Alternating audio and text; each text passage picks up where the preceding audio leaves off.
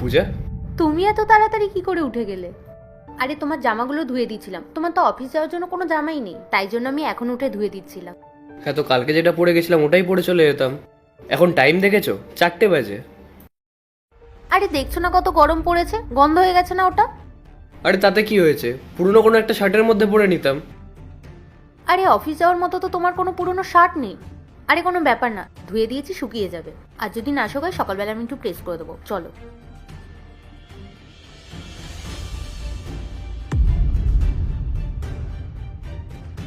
কতক্ষণ আগে উঠেছো তুমি?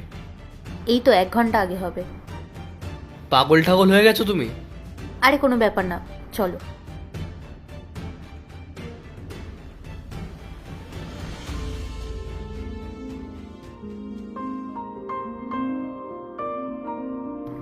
নিন চা নিন। আরে বৌদি, আপনি কেন কষ্ট করছেন? রেখে দিন না এখানে।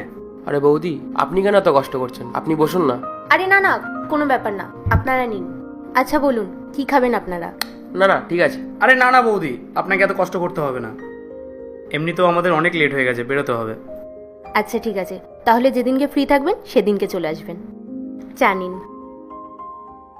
নিন, জানিন আপনি। না না, আপনারা খান। আরে অল্প তো খান, কালো হবেন না আপনি। নিন একটু নিন। না না, সেরকম কোনো ব্যাপার না, আসলে আমি চা খাই না। খান না, আপনারা খান। চা না খেলে কফি আনতে বলি? একটু তো খেতেই পারেন। আচ্ছা, যখন এত করে বলছেন একটুখানি খাচ্ছি। এত কম? যথেষ্ট। এইটুকু তো আমি টেস্ট চেক করার জন্যই খাই।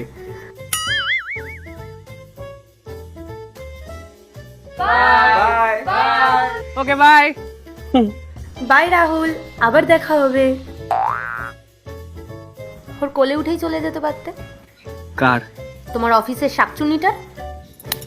আরে কি বলছো, পাগল টাগল হয়ে গেছো নাকি? কি হলো আবার? আজকের পর থেকে আমি যদি ওই মহিলাটাকে আবার দেখতে পাই তখন ভালো করে বুঝিয়ে দেবো। আরে বাবা, আমি করলামটা কি সেটা তো বলো। চা খাবে না দেখে কফি বানিয়ে দিতে হবে। আমি কি হোটেল খুলে বসে আছি নাকি? আরে আমি তো শুধু ফর্মালিটিসের জন্য জিজ্ঞাসা করেছিলাম। আর মুখের সামনে চা বানিয়ে কে এনেছিল? আমি। আচ্ছা, তাহলে জিজ্ঞাসা করেছিলে কেন যে তোমার চা কেন ভালো লাগে না, আমার ভালো লাগে? কই, আমাকে তো কোনোদিন জিজ্ঞাসা করনি যে আমার কোনটা ভালো লাগে কোনটা ভালো লাগে না। আরে ক্যাজুয়ালি কথা বলছিলাম। বাড়িতে যদি কোনো অতিথি আসে আমি কি তাদের সামনে মুখ ঘুরিয়ে বসে থাকবো কথা না বলে? দেখো, তোমাকে আমি একটা কথা ভালোভাবে বলে দিচ্ছি, যদি আজকের পর থেকে ওকে যদি এখানে দেখি না তাহলে তোমার সাথে খুব খারাপ হয়ে যাবে বলে দিচ্ছি। আচ্ছা তুমি পার্ট 2 দেখতে সাবস্ক্রাইব করো ভেলকু 78M।